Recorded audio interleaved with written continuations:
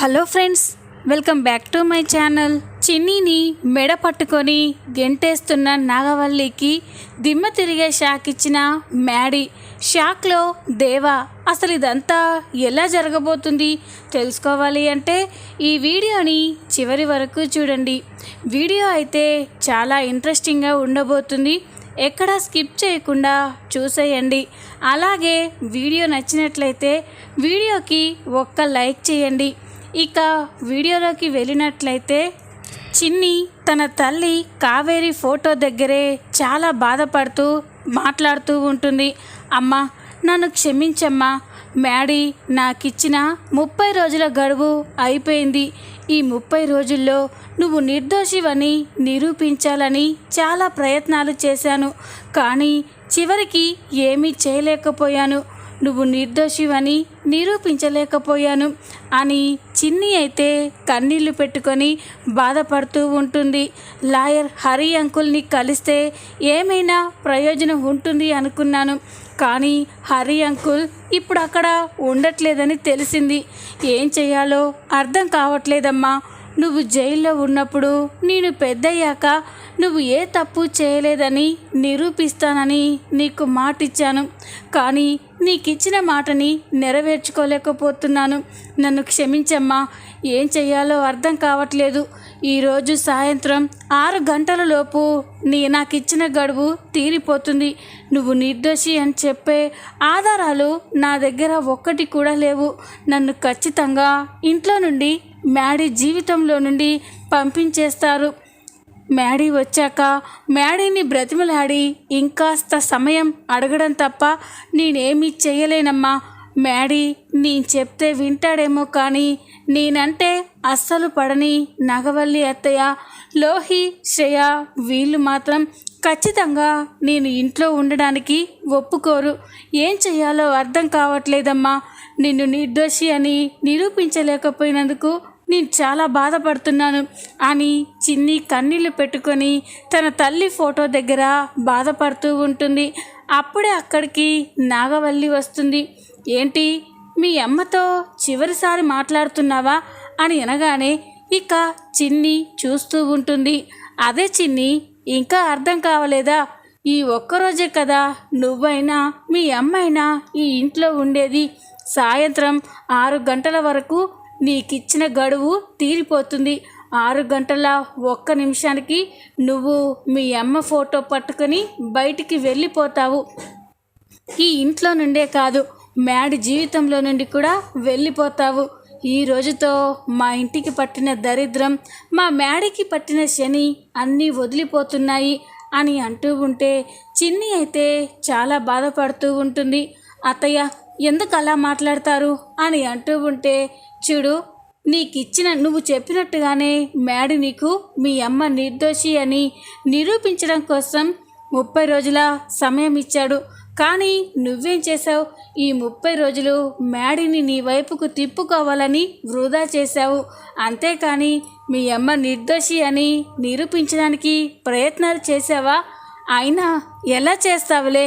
మీ అమ్మ నిర్దోషి అయితే కదా నువ్వు ప్రయత్నాలు చేయడానికి. మీ అమ్మే మా అక్కని బలి చేసింది అని అంటూ ఉంటే ఇక చిన్ని చాలా బాధపడుతూ ఉంటుంది. అత్తయ్య, నిజాలు తెలియకుండా మాట్లాడకండి. మా అమ్మ పార్వతి అత్తయ్య ఇద్దరు ప్రాణ స్నేహితులు. అలాంటి వాళ్ళు ఎందుకు మా అమ్మ పార్వతి అత్తయ్యని చంపుతుంది అని అంటూ ఉంటే, ఎందుకంటే డబ్బు ఎంతటి వారినైనా మార్చేస్తుంది. మీ అమ్మ డబ్బు కోసమే మా అక్కని చంపేసింది అని నాగవల్లి అంటూ ఉంటే చిన్ని అయితే చాలా బాధపడుతూ ఉంటుంది. చూడు, నువ్వు ఎన్ని కన్నీళ్ళు కార్చినా, ఎంత బ్రతిమిలాడినా ఈరోజు మ్యాడీ కానీ ఈ ఇంట్లో వాళ్ళు కానీ ఎవ్వరూ నిన్ను కరుణించరు. నువ్వు ఖచ్చితంగా మీ అమ్మ ఫోటో తీసుకొని తట్టాబుట్ట సర్దుకొని ఇంట్లో నుండి వెళ్ళిపోవడానికి సిద్ధంగా ఉండు అని నాగవల్లి కోపంగా మాట్లాడి అక్కడి నుండి వెళ్ళిపోతుంది. ఇక చిన్ని అయితే చాలా బాధపడుతూ ఉంటుంది. ఇది ఇలా ఉండగా మరో పక్క మ్యాడీ ఫోటో స్టూడియోకి వెళ్ళి కావేరి పార్వతిల గురించి కొన్ని నిజాలు తెలుసుకుంటాడు. ఇక అలా ఇంటికి వస్తూ కార్ని ఒక చోట ఆపి కార్ దిగి మ్యాడీ అయితే చాలా సీరియస్గా ఆలోచిస్తూ ఉంటాడు. ఫోటో స్టూడియో అతను కావేరి పార్వతిల స్నేహం గురించి గొప్పగా మాట్లాడడం చూసి మ్యాడీ ఆలోచిస్తూ ఉంటాడు. ఏంటి ఆ ఫోటో స్టూడియో అతను చెప్పిన ప్రకారం మా అమ్మ ఆ చిన్ని వాళ్ళమ్మ ఇద్దరు ప్రాణ స్నేహితులని చెప్తున్నారు. వాళ్ళప్పుడు ఒకరిని విడిచి ఒకరు ఉండేవాళ్ళు కాదని కూడా చెప్తున్నారు. అలాంటిది చిన్ని వాళ్ళమ్మ మా అమ్మని ఎందుకు చంపుతుంది అని మ్యాడీ కూడా ఆలోచిస్తూ ఉంటాడు. లేదు, ఏదో జరుగుతుంది, నాకు తెలియని రహస్యాలు ఏవో దాగి ఉన్నాయి. లేకపోతే ఇంట్లో కావేరి పార్వతిని చంపలేదు అని అక్షరాలు కనిపించడం ఏంటి, అవి వెంటనే మాయమైపోవడం ఏంటి, ఈ ఫోటోలు నాకు కనిపించి నాతో ఏదో చెప్పాలనుకోవడం ఏంటి, లేదు ఏదో జరిగింది, మా అమ్మ చనిపోవడం వెనుక కావేరి గారు జైలుకి వెళ్ళడం వెనుక ఎవరో ఉన్నారు, ఎవరో వీళ్ళిద్దరినీ ఇంతలా బాధ పెట్టారు, తెలుసుకోవాలి. అసలు మా అమ్మని చంపింది ఎవరో, అన్యాయంగా చిన్ని వాళ్ళమ్మని జైలుకు పంపింది ఎవరో తెలుసుకొని వాళ్ళంతా చూడాలి. ఎన్ని రోజులు పాపం చిన్ని మాత్రమే వాళ్ళమ్మ నిర్దోషి అని నిరూపించడం కోసం ఎన్నో కష్టాలు పడ్డది. కానీ ఈ రోజు నుండి చిన్నికి తోడుగా నేను కూడా అసలు నిజాలు తెలుసుకోవడం ప్రయత్నిస్తాను. మా అమ్మని ఎవరు చంపారు, మా అమ్మని చంపి చిన్ని వాళ్ళ అమ్మని ఎవరు జైలుకు పంపించారు, అదంతా తెలుసుకోవాలి. ఫోటో స్టూడియో అతను చెప్పిన దాని ప్రకారం మా నాన్నకైనా లేదా చిన్ని వాళ్ళ నాన్నకైనా మా అమ్మని ఎవరు చంపారో తెలిసే ఉంటుంది, వీళ్ళని అడిగి తెలుసుకోవాలి అని ఇక మ్యాడీ అయితే ఆలోచిస్తూ ఉంటాడు. ఇక అప్పుడే మ్యాడీకి చిన్ని గుర్తుకు వస్తుంది. అవును, మర్చిపోయాను, ఈరోజు నేను చిన్నికిచ్చిన 30 రోజుల గడువు తీరిపోయింది. వాళ్ళమ్మ నిర్దోషి అని నిరూపించుకోలేనందుకు చిన్ని ఇంట్లో నుండి వెళ్ళిపోవాల్సి వస్తుందని బాధపడుతూ ఉంటుంది. లేదు, వెళ్ళి చిన్నిని ఆపాలి, ఇంట్లో వాళ్ళు చిన్నిని బయటికి పంపించేస్తారు అని మ్యాడీ అయితే ఇక కారులో ఇంటికి బయలుదేరుతారు. ఇక చిన్ని తన గదిలో కూర్చొని చాలా బాధపడుతూ ఏడుస్తూ ఉంటుంది. మ్యాడీ గురించే ఆలోచిస్తూ కన్నీళ్లు పెట్టుకుంటూ ఉంటుంది. అప్పుడే లోహి శ్రేయ ఇద్దరూ కూడా చిన్ని దగ్గరికి వస్తారు. చిన్ని బాధపడ్డం చూసి లోహి అయితే చాలా వెటకారంగా, ఏంటి చిన్ని, బట్టలన్నీ సర్దుకోవడం అయ్యిందా అని అనగానే చిన్ని చూస్తూ ఉంటుంది. అప్పుడే శ్రేయ, ఏంటి చిన్ని అలా చూస్తున్నావు, ఈరోజు నీకు ఈ ఇంట్లో లాస్ట్ డేట్ కదా, బావా నీకిచ్చిన 30 రోజుల గడువు తీరిపోయింది, దాని ప్రకారం నువ్వు ఈరోజు సాయంత్రం 6 గంటల తర్వాత ఇంట్లో నుండి వెళ్ళిపోయేవాలి, అందుకు లగేజ్ సర్దుకున్నావా అని అంటూ ఉంటే ఇక చిన్ని అయితే బాధపడుతూ ఉంటుంది. ఇక లోహి, చూడు చిన్ని, నువ్వు ఎంత ఏడ్చినా ఎన్ని మొసలి కన్నీళ్లు కార్చినా నిన్ను మ్యాడీ ఖచ్చితంగా కరుణించడు. ఈరోజు మెడ పట్టుకొని తన జీవితంలో నుండి ఈ ఇంట్లో నుండి నిన్ను పంపించేస్తాడు అని లోహి అంటూ ఉంటే ఇక చిన్ని అయితే చాలా బాధపడుతూ ఉంటుంది. ఇక అప్పుడే లోహి, శ్రేయ ఇదిగో చూసావా, సమయం 6 గంటలవుతుంది, ఇంకా అలా చూస్తావేంటి చిన్ని, పద నువ్వు వెళ్ళిపోయే టైం అయింది అని అంటూ ఉంటే ఇక చిన్ని షాక్ అయిపోతుంది. లేదు లోహి, మ్యాడీ ఇంట్లో లేడు కదా, మ్యాడీ వచ్చాక మ్యాడీతో ఒక్కసారి మాట్లాడి వెళ్ళిపోతాను అని అనగానే ఇక లోహి, ఏంటి మ్యాడీ వచ్చాక వెళ్తావా, మ్యాడీ వచ్చాక నిన్ను ఇంట్లో ఉండమ్మా అని అంటాడని ఆశపడుతున్నావా, అది ఎప్పటికీ జరగదు, పద మ్యాడీ వచ్చేలోపే నువ్వు వెళ్ళిపో అని అంటూ ఉంటే అప్పుడే శ్రేయ, లోహి ఎందుకు తనని ఇంకా బాధ పెడతావు, బావొచ్చాక బావతో మాట్లాడి వెళ్తాను అంటుంది కదా, బావొచ్చేదాకా ఆగనివ్వు అని అంటూ ఉంటే ఇక లోహి, శ్రేయ నువ్వు మరీ ఇంత అమాయకురాలివేంటి అని అనగానే ఏమైంది లోహి అని అంటుంది. ఇప్పుడు ఆ చిన్ని మ్యాడీ వచ్చేదాకా ఇక్కడే ఉంటే ఆ చిన్ని మ్యాడీ దగ్గరికి వెళ్ళి మొసలి కన్నీరు కార్చి బాధపడుతున్నట్టు నటించి ఇక్కడే ఉండడానికి ఇంకాస్త టైం అడుగుతుంది అని అనగానే శ్రేయ షాక్ అయిపోతుంది. ఏంటి లోహి నువ్వు చెప్పేది అని అనగానే ఆ చిన్ని గురించి నీకు తెలీదు శ్రేయ, చాలా తెలివిగా మ్యాడీని తన వైపుకు తిప్పుకోవడం కోసం వాళ్ళమ్మ నిర్దోషి అని నిరూపించడానికి ఇంకాస్త టైం కావాలని అడుగుతుంది. మ్యాడీ సంగతి నీకు కూడా తెలుసు కదా, కాస్త ఎవరైనా బాధపడితే చాలు వెంటనే కరిగిపోతాడు. అంతేకాకుండా ఈ మధ్య మ్యాడీ ప్రవర్తనలో కూడా తేడా వచ్చింది కదా, చిన్ని పైన ఇష్టం ప్రేమ కలిగినట్టే కనిపిస్తున్నాడు అని అనగానే ఇక శ్రేయ అవునులోహి నువ్వు చెప్పింది కూడా నిజమే, బావొచ్చాక ఈ చిన్ని మళ్ళీ ఎమోషనల్ డ్రామా ప్లే చేస్తుందేమో అని అనగానే అందుకే ఈ చిన్నిని మ్యాడీ వచ్చేలోపే ఇంట్లో నుంచి తరిమేయాలి, అప్పుడే ఈ ఇంటికి పట్టిన శనిపోయి నీకు మ్యాడీకి లైన్ క్లియర్ అవుతుంది అని అనగానే ఓకే లోహి ఈ చిన్నిని బయటికి పంపించేద్దాం అని ఇద్దరూ మాట్లాడుకొని చిన్ని దగ్గరికి వస్తారు.